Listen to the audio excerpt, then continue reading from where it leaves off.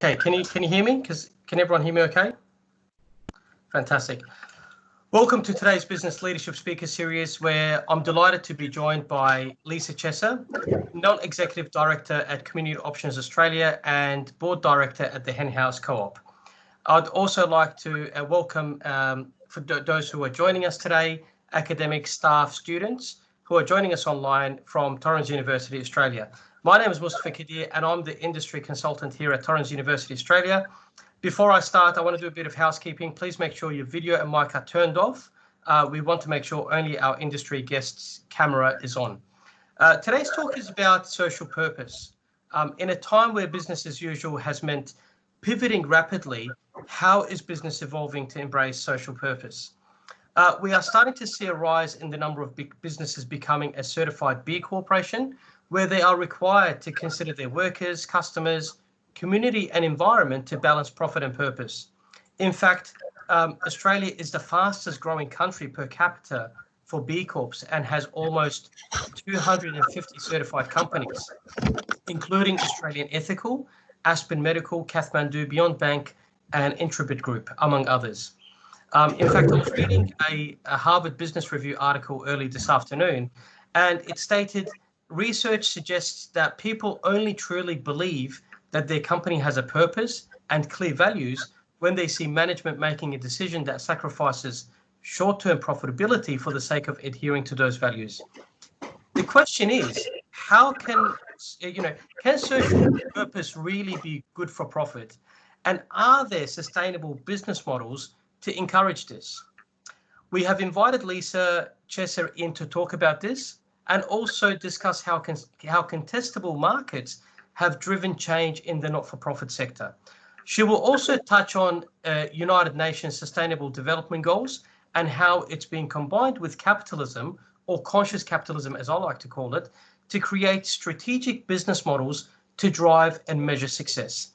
Leesa served as the Minister for Disabilities, Mental Health and Substance Abuse, leading the NDIS decision-making, delivery of service reform and transformation in South Australia. As a chair of the Public Works Committee, she oversaw large public infrastructure construction projects, such as the $450 million successful Adelaide Oval redevelopment, with consideration of economic evaluation, procurement, project management, and ongoing reporting for public value. Without a further ado, I would like to now hand over to Leesa to talk more on purposeful profit business impacting the world's big problems. I'm going to be sharing my screen because we're having some technical difficulties. So please give me a minute and over to you, Leesa. Thanks, Mustafa. Good evening, everyone. It's an absolute pleasure to be with you tonight and to spend this time. This evening, as Mustafa said, I'm going to be speaking to you about purposeful profit and businesses impacting on the world's big problem. As a non-executive director of Community Options Australia in Sydney and as a cooperative volunteer board member at the Hen House down at Lot 14, these topics mean a lot to me. So tonight we're going to be covering a number of issues within the scope of this discussion. Now, the first thing we'll be discussing is what social purpose is. And at the heart of all of these business models is the desire and need to make purposeful profit for consumers, members, investors, and also to impact on the world's big problems. This is sometimes known as the emerging fourth sector in the economy. It combines market-based approaches of the private sector with social and environmental aims for public and non-profit businesses, organisation and that sector to reduce some of the pressing problems that our global and national governments face. So what is social purpose in business? Traditionally, business ventures would be founded upon two business models, either commercial enterprise that would be established to maximise financial returns, or a not-for-profit or charity would be created to maximise the social or environmental returns for that organisation. But times have changed, and in turn, transforming the way we do business and the landscape for many organisations that have been traditionally set in their ways. With the growing social awareness amongst consumers, a greater sense of accountability among businesses from their shareholders and the community at large, and tighter governmental regulations and grant funding models, a relatively new landscape has emerged with new business models. These are still emerging and they are a work in process. The Ontario Mars Discovery Centre and Social Finance Group of Canada illustrates the type of value and types of returns for these various organisations on a continuum, the continuum of financial and social returns. This linear explanation has on the left financial, in the centre blended returns, and on the right social returns. On the left, commercial enterprises seek pure financial returns, and on the right, and still in the operational charities or pure social returns sector. An operational charity may have an enterprising arm, such as a charity shop like St Vincent's does here, or they may be evolving to an enterprising non-profit organisation with a variety of different models nested within a parent organisation. In the centre, many of the things that we'll be discussing today sit in the blended return space. And then on the right, we have the classic commercial capitalistic model of for-profit. There may be some philanthropy involved in that, but it is completely focused on profit. Now, social entrepreneurs are establishing ventures that sit in the middle of this blended landscape, which provide non-divisible combination of financial and social environmental value that generate different types of returns. These ventures in the middle might have impact on and a commitment to the community and our society. These ventures are commonly known as triple bottom line businesses, where people, planet and profit are brought together in the 3 Ps. During my time as a minister, I got to learn a little bit about contestable markets in South Australia and the not-for-profit reform and evolution going on in that space with the NDIS introduction to our state. From 2016 to 2017, the biggest piece of work that I undertook was the actual decision and transformation of how this would be rolled out in South Australia. And at the time, apart from perhaps the COVID response we're now experiencing it as an Australian nation, it was the largest piece of social policy since the establishment of Medicare. Now, South Australia has a really complex landscape for not-for-profit organisations.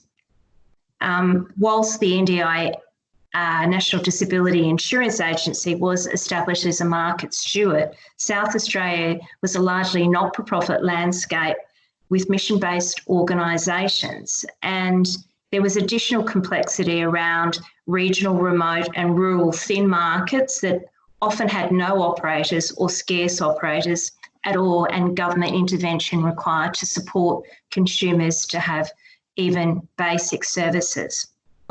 NDIS was supposed to give people more choice. With this choice became new operators from interstate, large competitive not-for-profits that would overshadow potentially some of the South Australian not-for-profits, but also private enterprise for the first time working in the NDIS space. Our not-for-profits began thinking of themselves as businesses and began to transform for a social purpose, needing to accurately cost, measure and market themselves to a newly empowered independent set of consumers who could and would seek the best services out to meet their goals, their values and needs for the first time. The stickiness of lifelong consumers was gone and wiped away from the landscape. And traditional not-for-profits who'd been set in their way with block funding had become atrophied in some ways and really struggled with the transition for a while. They're not naturally agile, entrepreneurial, innovative, and have had to grow these skill sets very quickly in this transformed landscape. Finding a virtuous cycle of value to meet everyone's need was complex. Experimentation has led to some unique hybrid models and new ventures. Kudos Services on Green Hill Road in Adelaide is Australia's first public service mutual, and this has provided a great opportunity for a group of women, largely therapists, to embark into a new operating model. I'll talk about that a little bit better as we get to the mutual section. Mergers and acquisitions have also marked this contestable market, and I think they'll continue to occur for quite a while, as we'll see in the aged care sector as well, that is undergoing transformation. The scale and reach of these sustainable business models will mature and price points will be adjusted to, but it will be, I think, 7 years before the sector truly finds its medium commercial realities of balancing purpose and sustainability in a contestable market. So what is social purpose, and what's the difference between social purpose and corporate social responsibility? They're often confused, but they're vastly different. In the dynamic world we live in today, more and more CEOs of major corporations are starting to recognise that social purpose makes bottom line sense. It's an important and necessary part of business. It's no longer a nice to have, and in order to be competitive, it's a necessity for the purpose of the work that they're providing. BlackRock's Larry Fink, the largest investment company in the world, knows a thing or two about wise investments and business decisions. He's a strong advocate of social purpose, building strong and successful business and investment returns. What is CSR? It's been around for a while, and why is corporate social responsibility so different from social purpose? On the slide in front of you, you'll see two tables. You'll see the red column indicates what social purpose is not, and the blue column about what it should be about. At its most basic level, corporate social responsibility is a self-regulated business model that helps companies be more socially accountable for a wide range of stakeholders. Sometimes the three different types of CSR could provide opportunities around a silo-focused approach to create a societal impact, a strategy for business philanthropy and giving for the organisation, as you might see with the banks or Woolworths with their regular charity days and drives, something that's often linked to a reputation or brand and risk, or short-term efforts that are very tactical and business-focused and not longitudinal, or a strategy that communicates to the wider sector what the business does and how it helps the community. These are very different from social purpose points. Businesses that have a social purpose are companies that have an enduring reason for why they want to create a better world. It's their why in the Simon Sinek way. It's an engine for good. It's creating social benefit by the very act of conducting their business on a day-to-day basis. It's integral to who they are and not a conditional add-on around certain short-term goals. Businesses around the world are now redefining their role in society to foster business and societal success. They're adopting social purpose more and more to navigate turbulent times and attract the top talent coming out of universities like yourselves and the best, most loyal customers that are value-driven or conscious consumers. There are three main elements to social purpose for a business: a reason for being, a social ambition, and a profit motive. The reason for being piece largely fits around the enduring core of value. It must be why the business exists, what it stands for, and what it's about, beyond what it makes or sells or does.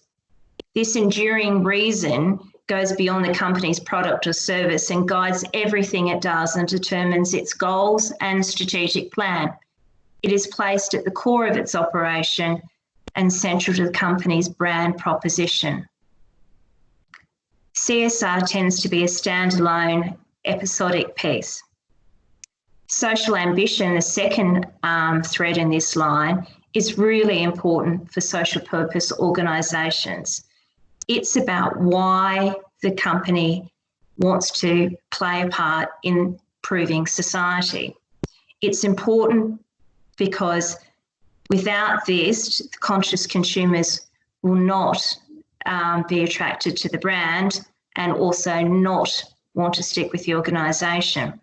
It's a desire that is long-term and built into the DNA of the company about improving human conditions around the planet, our communities, and in our local towns. Many people say this may be a mission, but it's slightly different from mission-based organisations. It's about doing good and having it as part of your DNA. The last thread for this section would be the profit motive or objective. All businesses need to think about profit and running themselves in a socially equitable but financially responsible way. Social purpose companies take a different approach to the question of profits, either pursuing one of the two models. Either they see their social purposes above profitability and transcending profitability, or the route that I tend to prefer is a route to profitability to assist them in addressing social good. In both cases, the financial agenda is linked to the societal agenda. Beyond profitability is often characterised by a business model that goes beyond making money or a profit. And this is sometimes where it transcends creating shareholder value, commercial success, or maximising profit, and has a compelling world mission that transcends profitability. The route to profitability, in contrast, is about the business creating value for itself and society by addressing some of the world's biggest problems and assisting in solving them. It marries business value with society value. It is a marriage of social purpose, for profit and growth-based life improvement, and shareholder or profit-seeking reward that assists in social purpose. The next slide we're going to talk about is driving the business model innovation, United Nations Sustainability Development Goals, or SDGs. There are 10 principles that the United Nations Global Compact has laid down, and corporate responsibility and purpose-driven value systems are very strongly linked to these SDGs. Increasingly, we're seeing large corporate players adopt SDGs central to their strategic plans. This means operating ways that meet fundamental responsibilities in the areas of human rights, labour, environment, and anti-corruption, as you can see by the 4 points under the Act Responsibly part of the slide. Businesses then need to partner that to find opportunities in the 17 SDGs or Sustainable Development Goals, with many businesses having 3 or more different opportunities aligned to their corporate strategy. Some of the Australian organisations that are committed to SDGs include BHP, Transurban, PwC, Qantas, Visy, Deakin University, the South Australian Government, Optus, OzHarvest, and Australian Post, just to name a few. Responsible businesses are enacting these same values and principles wherever they can have a presence and know that good practices are an area that they can work on, not just to offset harm, but to enhance benefit for humanity.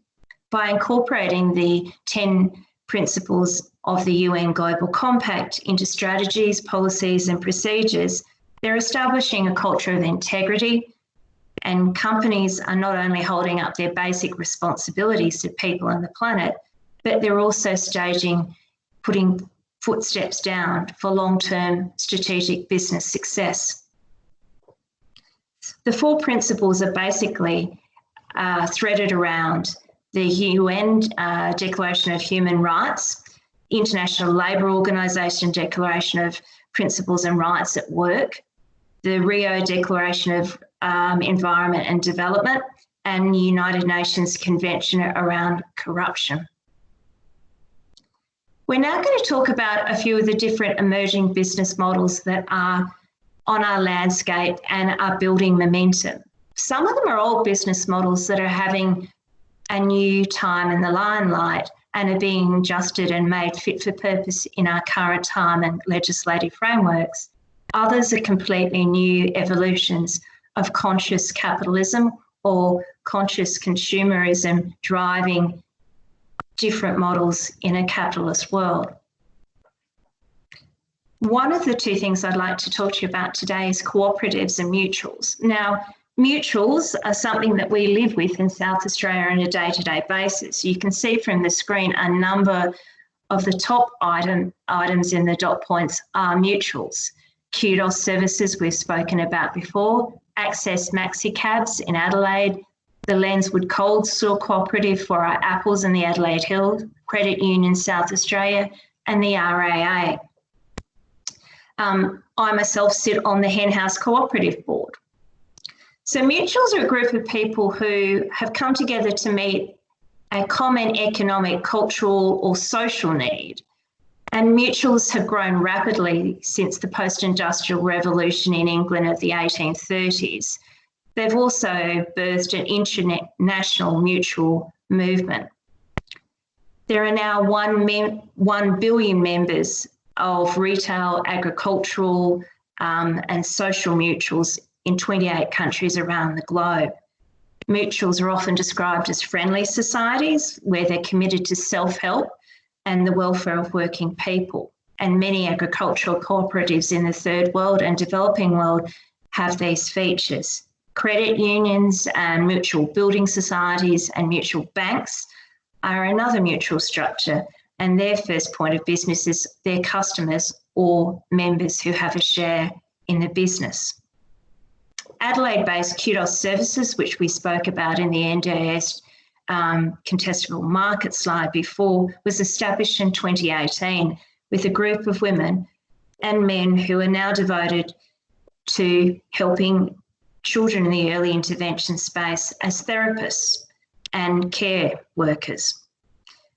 They had devolved out of the agency that was Child and Youth Services at the time with an NDIA contract that was a long-term piece of work. And they founded that co-op mutual and established it in a very unique and very special way. And it was an honour to see that concept and the beginnings of those conversations and see its birth in 2018.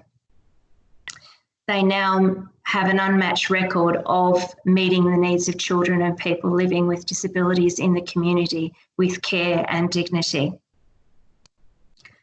Cooperatives are something I know a little bit about too, sitting on the Henhouse Cooperative. Today, cooperatives represent around 12% of humanity and employ about 10% of the world's employed population. They're not often thought about, but they're just quietly doing good. As a business driven by values and not by remuneration of capital, the 3 million cooperatives around our earth are building a better world.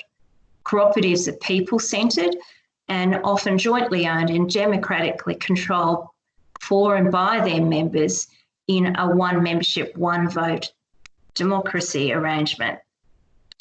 The Rochdale Pioneers of England established the first co-op in 1844. This group of 28 men, because of economic uncertainty and changes in business models, the weavers and the skilled workers formed a cooperative society. And these Business principles guided their work, established a shop, and it allowed them to sell their goods. This was the first true cooperative that we know of. It's also provided opportunities to create values and principles, put fairness and equality on the table for many people who need long-term jobs and prosperity. Managed by producers or users or workers, cooperatives are run according to a one-member, one-vote rule. And they've existed in Australia for over 150 years. The first known cooperative was a Queensland cooperative in 1859. They're now spread across all of our states and territories. There are 1,700 cooperatives in Australia, and until the 1990s, they were governed by state legislation. Now they fall under Commonwealth government statutes with some registration and minor contact with state parliaments. I'm a member of the Henhouse Cooperative Board, which is based down at Stone and Chalk at Lot 14. The Henhouse works closely to close the gender investment gap for female founders. We build pathways for women to build successful enterprises. We provide opportunities and enterprises to measure their contribution to the gender investment gap. And we're developing a collaborative environment for female founders to thrive, generating employee-owned and operated businesses to fill gaps in markets by cooperatives. Our fourth incubator is currently underway at Lot 14. You'll see some of the other examples of the breadth and size of cooperatives around the globe. Credit Agricole in Spain has a turnover of over $100 billion, and Rabobank, a well-known bank around the globe, has $43 billion in its spreadsheet. Let's turn our attention now to impact investing. Impact investing is a really simple strategy that involves generating not just financial returns, but positive societal and environmental impact returns. And we're seeing investors moving into this space more and more and more. It's about also a company's commitment to corporate social responsibility or purpose as a duty to society as a whole. And many people are actively creating funds and looking to partner in different ways with startups and existing businesses that share the same value, ethos, and priorities for our world. In fact, many of the people who generate the best benefits from impact investors and institutional investors using that model range from socially conscious financial service companies, web-based investment platforms, and investor networks coming together to provide microfinance loans in the third world, also smaller business owner loans in emerging nations with startup expansional capital. And often women are the beneficiaries of such loans, such as the Kiva system. The last business model I'd like to talk to you about today, and I hope you've heard about, is B Corps. Mustafa spoke about them in our introduction. Certified organisations can become B Corp accredited. These organisations voluntarily meet certain standards of transparency, accountability, and sustainability and performance. And these organisations aim to create for our society not just shareholders' value. The framework for B Corps addresses the tension between short-term shareholder pressure for profit and the long-term metrics of doing good and developing a profit. Some of the famous B Corps around the world include Ben & Jerry's ice cream, the Danone yogurt and milk product group around the world, with the North American arm being the largest B Corp on the planet, Aspen Medical, which does a lot of medical retrieval work, is at the coalface of COVID at the moment, and Beyond Bank, particularly in this space as well. B Corps are an incredibly interesting evolution in the way that we do business, because it provides a beneficial relationships for the long-term metrics CEOs face of the twin conflict of short-term pressure for profit-taking, and long-term growth. These challenges are at the core of shareholder primacy as a legal doctrine and drive companies, investors, and directors like myself to maximise profits above all else as a legal responsibility. Being a B Corp allows people to understand these tensions and to deal with them in a mature way at a boardroom table and with strategic plans.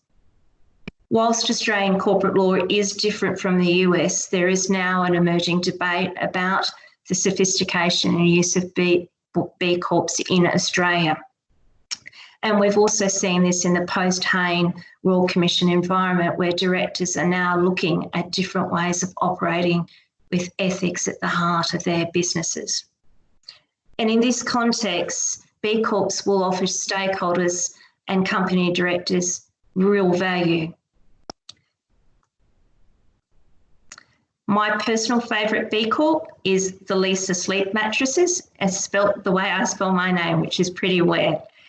Emma and Tom, Allbirds and Koala and Keep Cup and Outland Denim, which you might see at DJs in the denim sections, are just some other examples. So at the heart of all of these different business models is the desire and need to have purposeful profit for consumers, for members, investors, for the staff, and for our world as we impact the world's big problems. Thanks for your time today, and please reach out on the slide tail with my details if I can support you, or ping me on my LinkedIn. Thank you.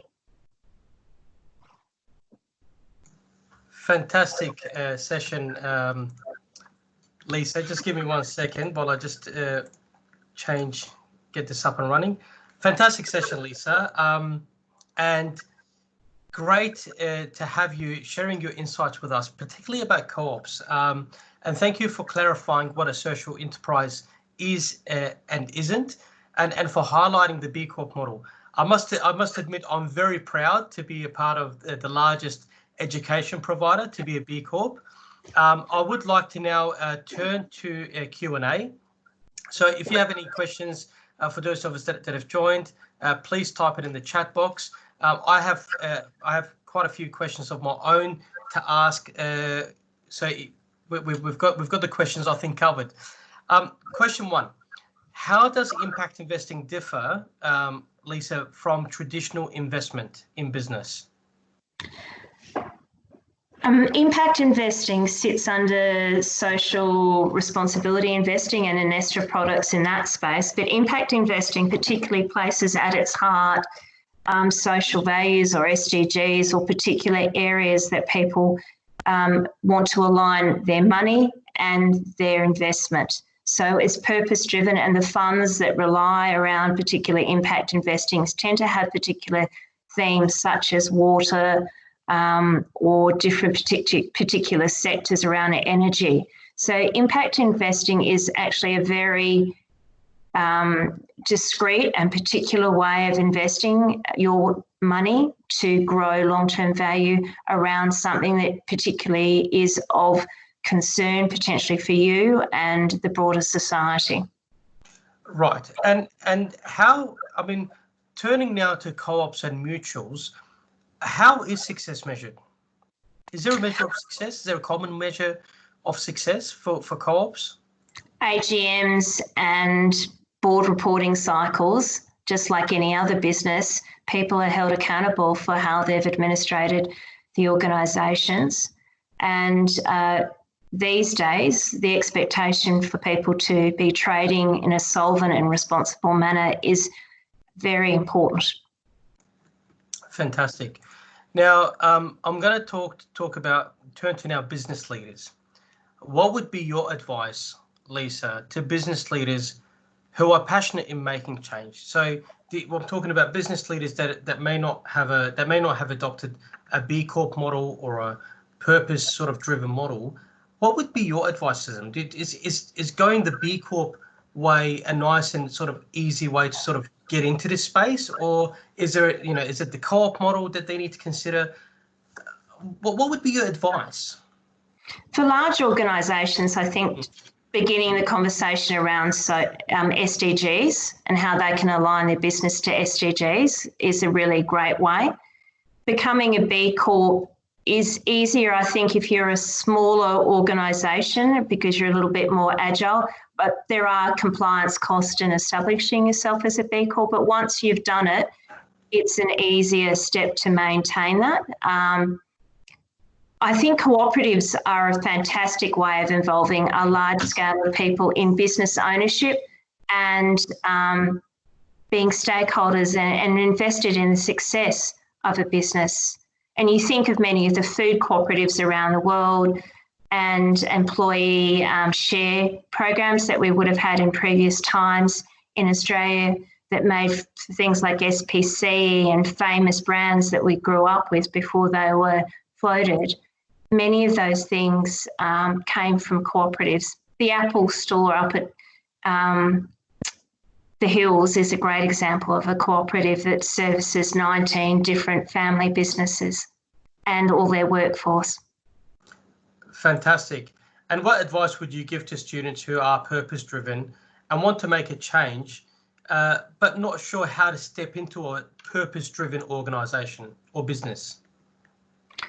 Well, I know Torrens, Henhouse has been very fortunate to have a great intern. I'd highly recommend your intern program and taking opportunity of that.